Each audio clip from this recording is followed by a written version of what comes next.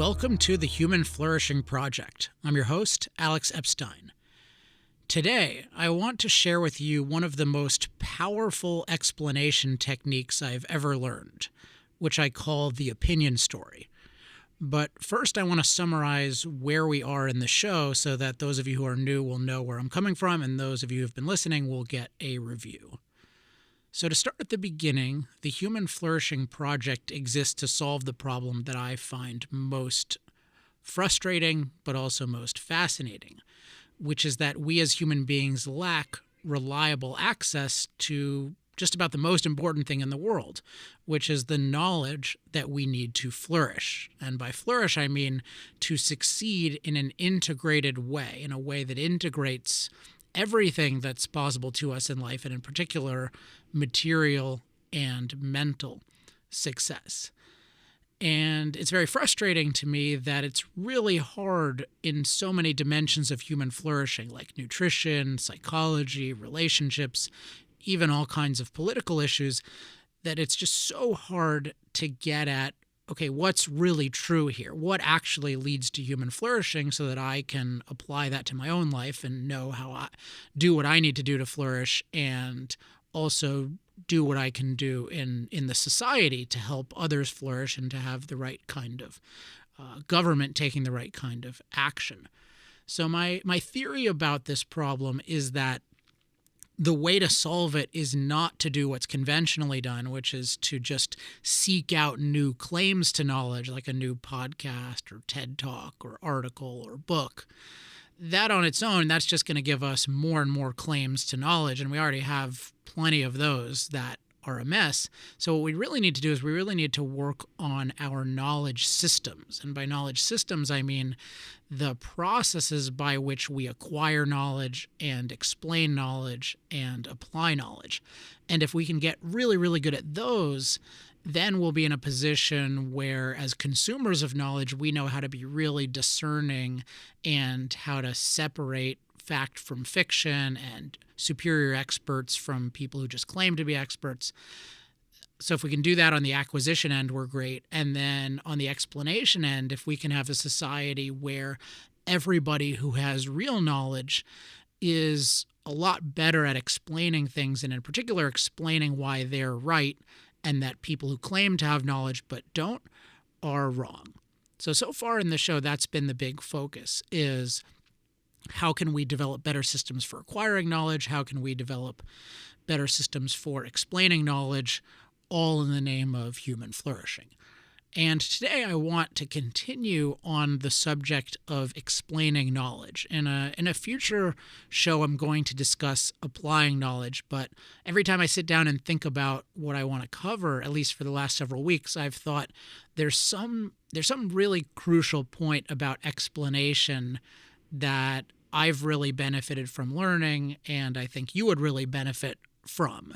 And so as long as that keeps happening, I'm going to keep covering these explanation topics because they're so valuable for us sharing our knowledge with others, but they're also valuable in us acquiring knowledge, because the more we understand about how to explain things really well, the more we can be discerning when we see other people explaining things to us, the more we can look for really good kinds of explanations. And in my experience, the better I am at finding good kinds of explanations, the better I am at finding really good experts.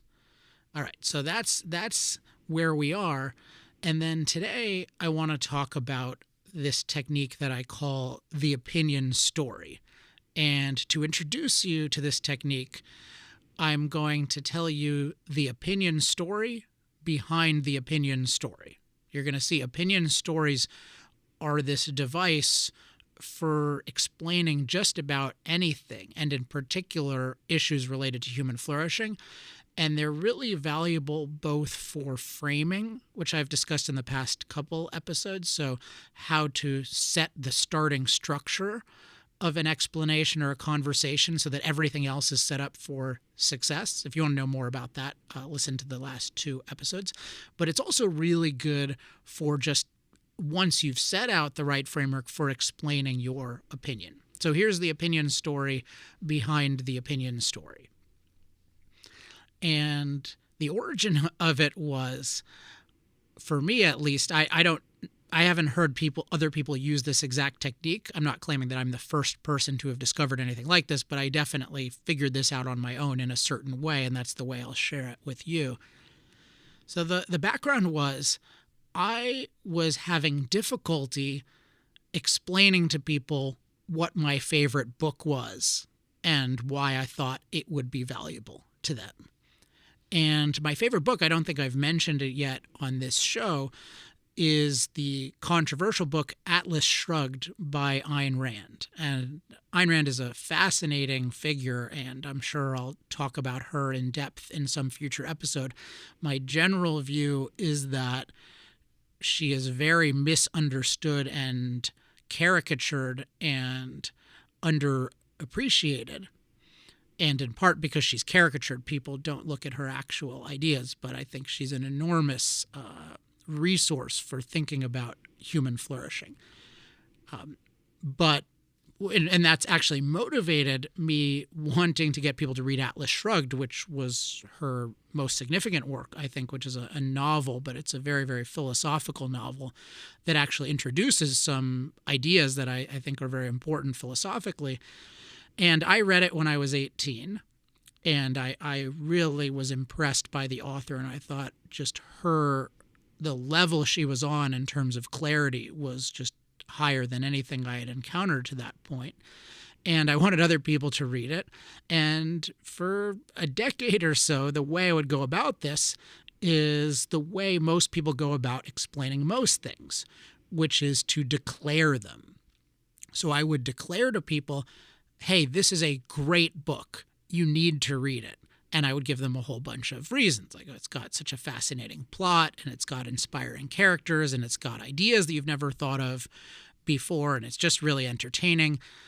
And when I would do that, when I would declare my opinion or my conclusion, I would get a lot of resistance. And I particularly noticed this, must be about 10 years ago now, when I was at the LA Festival of Books, which is this huge, amazing book fair, and I got to sit at the table for the Ayn Rand Institute, which is an organization that, among other things, promotes that book, Atlas Shrugged, and encourages people to read it and actually gives a lot of free copies of it away to students. And so I got the opportunity to sit at their table and to talk to people who were potentially interested in reading that book. And I would use this declare approach, and it wouldn't work very well. And this was very frustrating to me. And so one day I just tried something that seemed random at the time, but I later understood that there was something really profound there.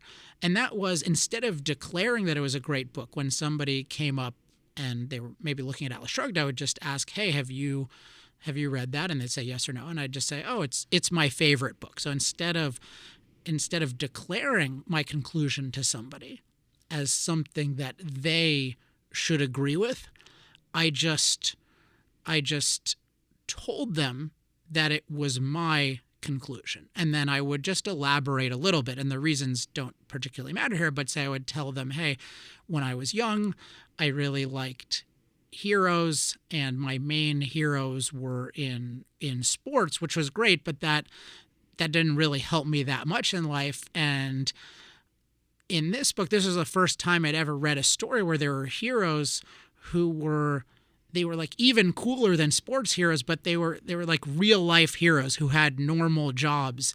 And it just really inspired me to think about my own life differently and to really want to reach my highest potential. So I don't remember exactly the version of the story I told, but the relevant thing is that instead of declaring my conclusion, I told them the story of how I reached my conclusion.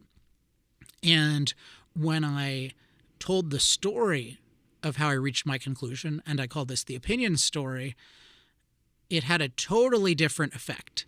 Instead of breeding resistance, which people had when I would tell them that something was right and by implication that they should believe it, when I just told them the story of my own conclusion and I didn't say anything about whether they should believe it, they were curious and they'd say, oh, that's interesting. Tell me more. And that really stuck with me. And over time, what I've done is I've started using this not just for things like, oh, my favorite book, but for expressing any opinion. Instead of declaring the opinion, what I'll often choose to do is I'll tell the story of how I came to my own opinion. And I'll give you a more sophisticated version now. And this is the story that I tell when I talk to audiences about how I came to my controversial views about energy, particularly about fossil fuels. So I'll tell you that I can tell this story very quickly or in a long way. And in fact, almost whenever I talk about this issue now, I tell an opinion story. So for example, if you search Alex Epstein Google on YouTube, you'll see a talk I gave at Google on the moral case for fossil fuels, and you'll see the whole thing is an opinion story. And you'll see at the end, if you watch to the end or you just go to the end, a bunch of the people asking questions were very, very receptive to my argument at the end of it, even if they weren't at the beginning. And I think the reason is because I told it as a story instead of declaring it. So I'll give you just a short version of my fossil fuel story, my fossil fuel opinion story, and then I want to focus on what are the principles that make this work, and then what are the practices that you can use to come up with your own opinion story for any issue involving human flourishing or really anything else that you care about. So here's the opinion story about fossil fuels, and I just tell them the truth, the essential truth of how I came to that opinion. And so the basic background is that I grew up, and for the first 27 years of my life, I had virtually no interest in the subject of energy. And the only interest I had at all was I was told from a young age and in high school and college that the major form of energy that we use, fossil fuels, were a self-destructive addiction that was destroying the planet and that we should get off of. But I never really had too much interest in it. And then I was researching the issue, and I was doing a project on John D. Rockefeller, actually, and I started researching the history of energy, and I had this realization, which is that energy is the industry that powers every other industry. And what this means is that if we make good choices about energy and energy is abundant, affordable, reliable, and safe, then everything else in life gets better. And if we make bad choices, everything else gets worse. And this was fascinating to me, but it was also very concerning to me because I knew that on the one hand, the energy that we're getting from fossil fuels today was serving a really important role. And then B, I knew that I pretty quickly learned that 3 billion people don't even have much energy at all today. But then C, there were these claims that by using this form of energy, we're going to ruin our environment. And then that's going to be harmful to human flourishing. So I was very confused about this crucial and complex issue of energy. And I'll fast forward in the story, but I started studying it on my own. And I was then frustrated because what I found was that when I looked for information about it, I found that the discussion was very biased and sloppy. And what I mean by that is that I would notice that when I would hear opinions about or accounts of fossil fuels and nuclear, people focused almost all on negative things. And then when I would read accounts of solar and wind, people would focus on positive things. And I knew that there's no way I'm going to get to the right conclusion if we're looking at some things with a negative bias and some things with a positive bias. And I also saw that people tended to have an exaggerated tendency toward the negatives of fossil fuels, or they were at least really sloppy about how big they were. So people would say, oh, sea level rise is a huge problem, but they wouldn't be clear on, do we mean 20 feet in 100 years like Al Gore says, or 20 feet rather in 30 years like Al Gore says, or 2 feet in 100 years like the UN says. And so there was this tendency to just be really hysterical instead of precise. And I noticed the same thing in the other direction where people would say, oh yeah, like solar and wind are taking over the world. And then I would look at the percentage and it'd be less than 2%. And then I'd think, okay, well, people are exaggerating a lot. So I didn't know the answers, but I knew that I needed, like, there was no way I was going to get to the answer unless I could find I could get the information in an even-handed and precise way. And then on top of that, I go into the focus of the biggest problem was the focus and energy wasn't really on human flourishing, which is my goal and my standard for evaluating things. The focus was on being green, on changing nature as little as possible, which for me, that's at best an aspect of human flourishing, and it often contradicts human flourishing. It's not the same thing. So I'm getting into kind of a long version of this, and sometimes that's appropriate, and sometimes longer is appropriate, sometimes shorter is appropriate. But as I'm telling this, the key thing is I found the method or the framework of the existing discussion to make it impossible for me to get this really crucial knowledge. So I decided that what I would do is I would apply my own framework and try to be as even-handed and precise and pro-human as possible. And I would apply that to the issue of fossil fuels. And when I did that, I was surprised to conclude that the positives of using fossil fuels were very underestimated by me and by others, and also the negatives for various reasons were very overestimated. So, and in a talk or something, I'll go into detail about this, but I'll be focused on, okay, here is how I experience the thing. I'm not telling you what you need to think. And then I'd say, well, I was surprised to conclude that that the world should actually be using more fossil fuels in the next several decades, not less. So that's a kind of medium version of it. In the Google talk, I do longer. Sometimes I'll give you just the short way of doing it so you get the essence of it. I'll say something to the effect of, I got really interested in energy because I realized that this is the industry that powers everything else. And I was, with fossil fuels, I was afraid of like what happens if we use them? Is that going to ruin our environment? But what happens if we don't use them? Is that going to make us really poor and ruin our economy? And so I investigated the issue on my own, and I really tried to look as careful as I could at both the positives and the negatives, not be biased like I saw a lot of people. And I concluded, I was surprised to find that I concluded, wow, the positives way outweigh the negatives. And so I ended up becoming an advocate, which I didn't expect. So I'll often say something like that to an Uber driver or someone in a conversation. And what's fascinating is that the response is usually something like, wow, that's interesting. Tell me more.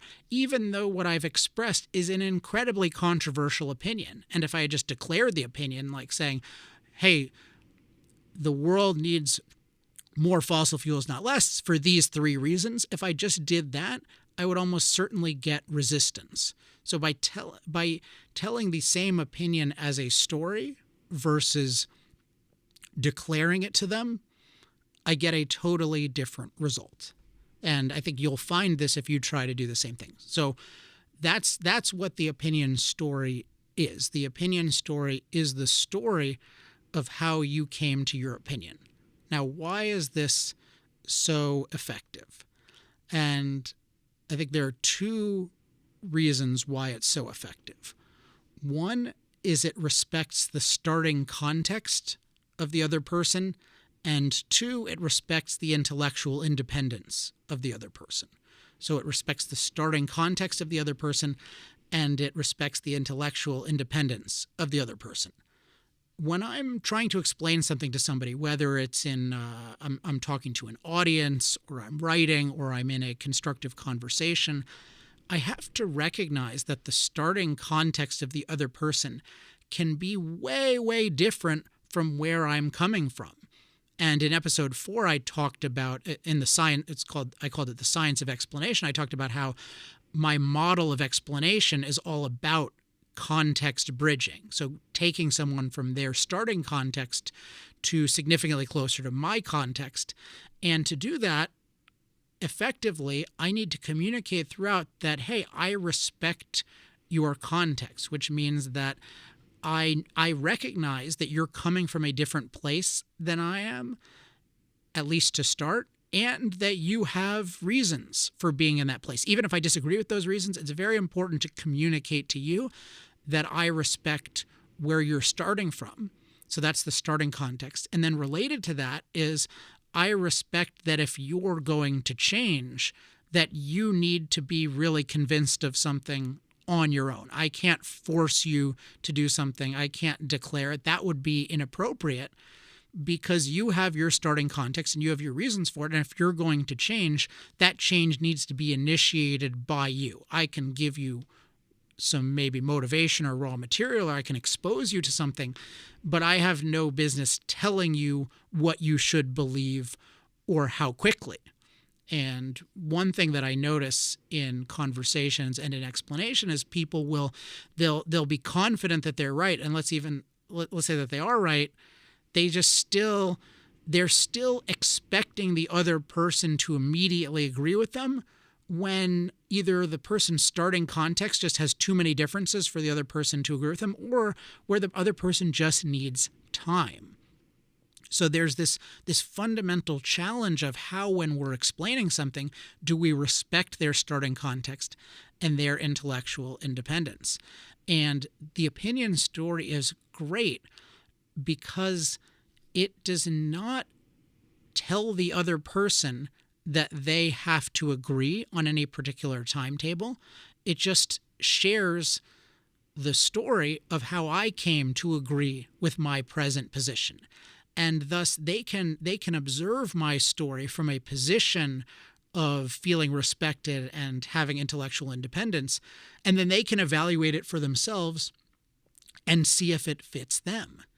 And guess what? If I have a really, really good opinion story, if I tell a story that's really plausible, then they'll probably be motivated to learn more about it. They'll say, hey, that's an interesting story. Maybe I'll go through that same experience myself sometime. I can imagine myself going through that. But if I just declare to them and tell them, like, you should believe this, in effect, why don't you believe this right now? And I make it about them, and they're on the line, and they have to decide in the moment, do I agree or do I not agree? That's often just premature because of their context and because of their need to independently process things. So that's why the opinion story can be so powerful.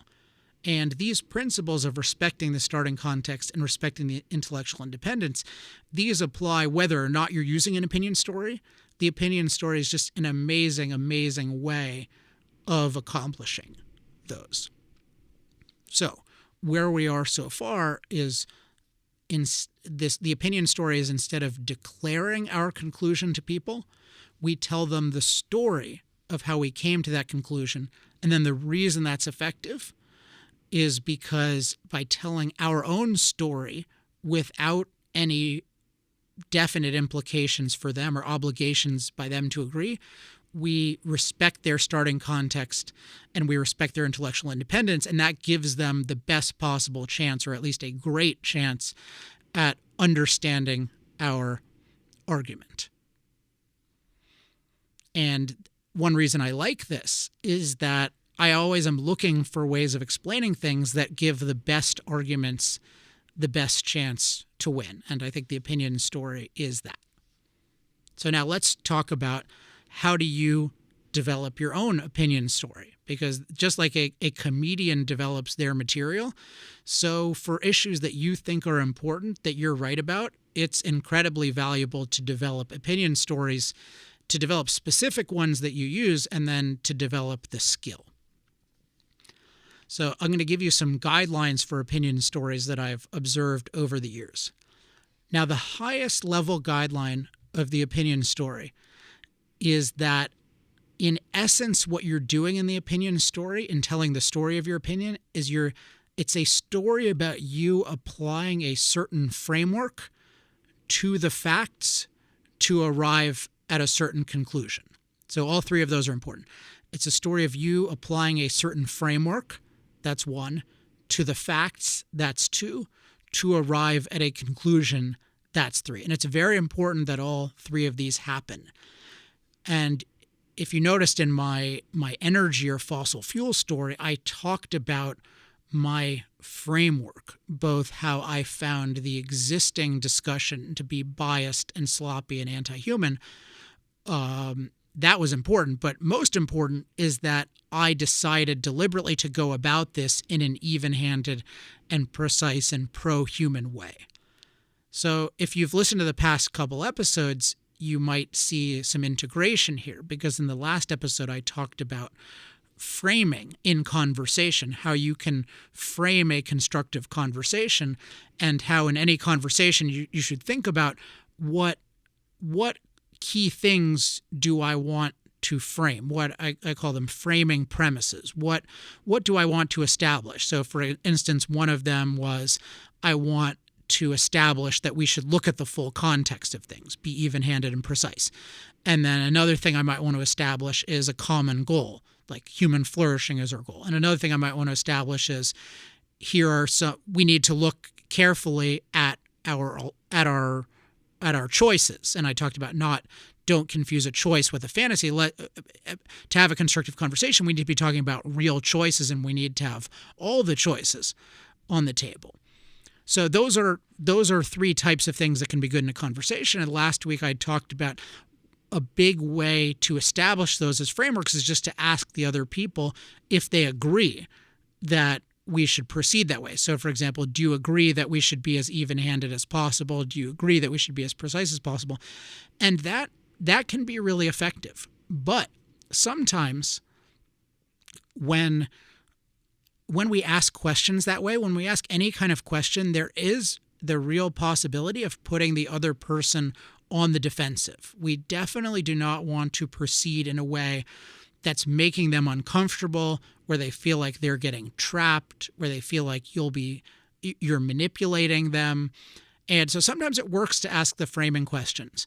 But what basically always works, if you want to do it, is instead of asking the framing questions at the outset, one thing you can do, if they'll let you express your opinion, and there's a lot involved there, but if they're interested in your opinion, if you get them interested, then just frame the discussion as part of your opinion story. So say, hey, when I looked at this, I really wanted to look carefully at all the pros and cons. Hey, when I looked at this, I wanted to really look at, okay, what are our real options versus fantasies? And if you notice, that's what I did in my fossil fuel story. And with any good opinion story, you should be talking about, in some way or another, talk about the framework that you use to come to your opinion.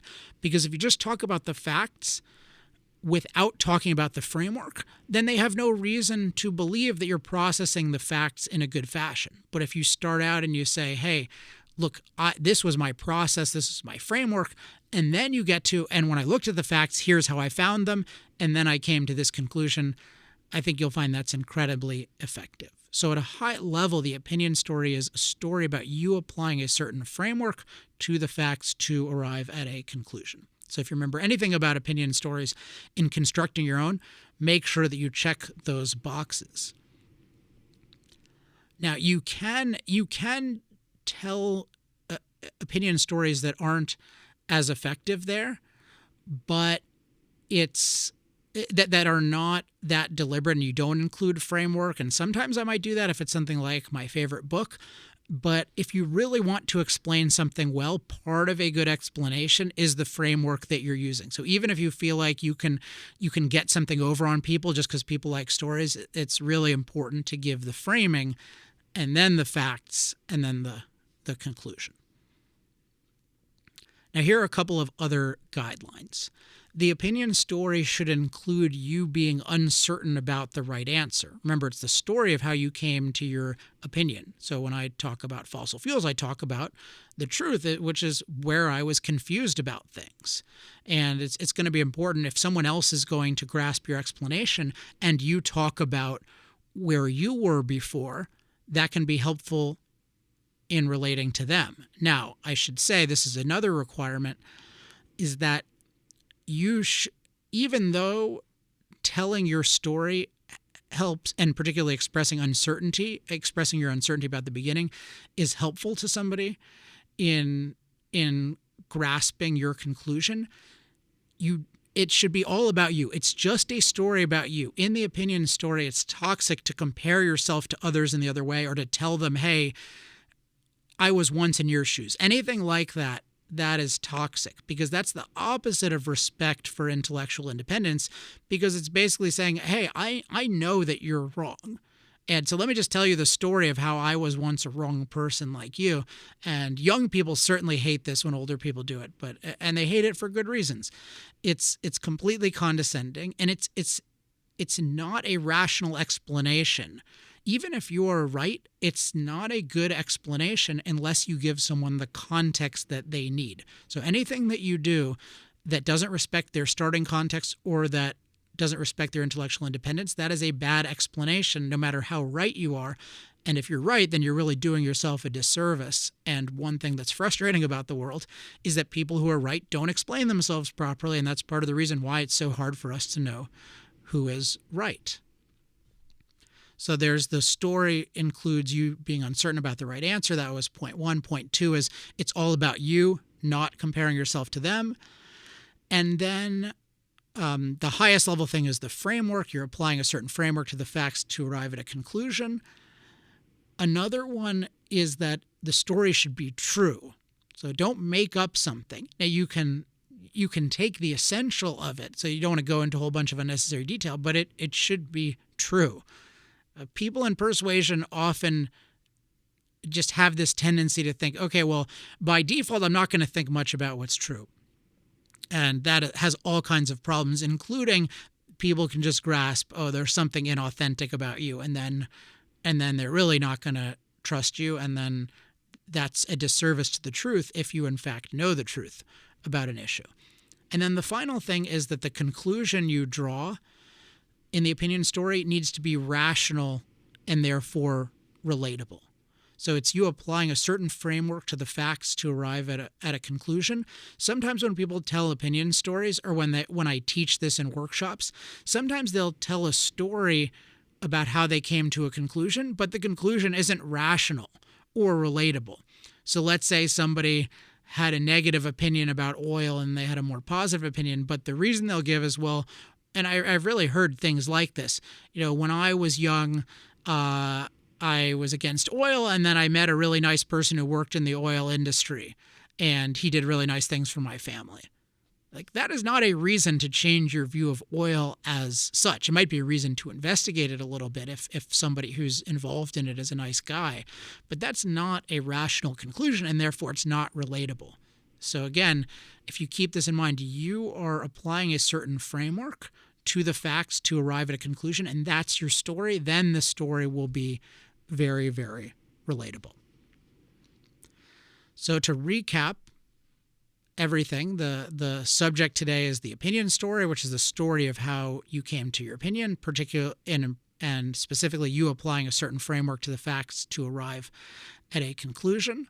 The reason this is so effective is that you are in expressing your conclusion this way and your explanation, you're completely respecting the starting context and intellectual independence of the other person.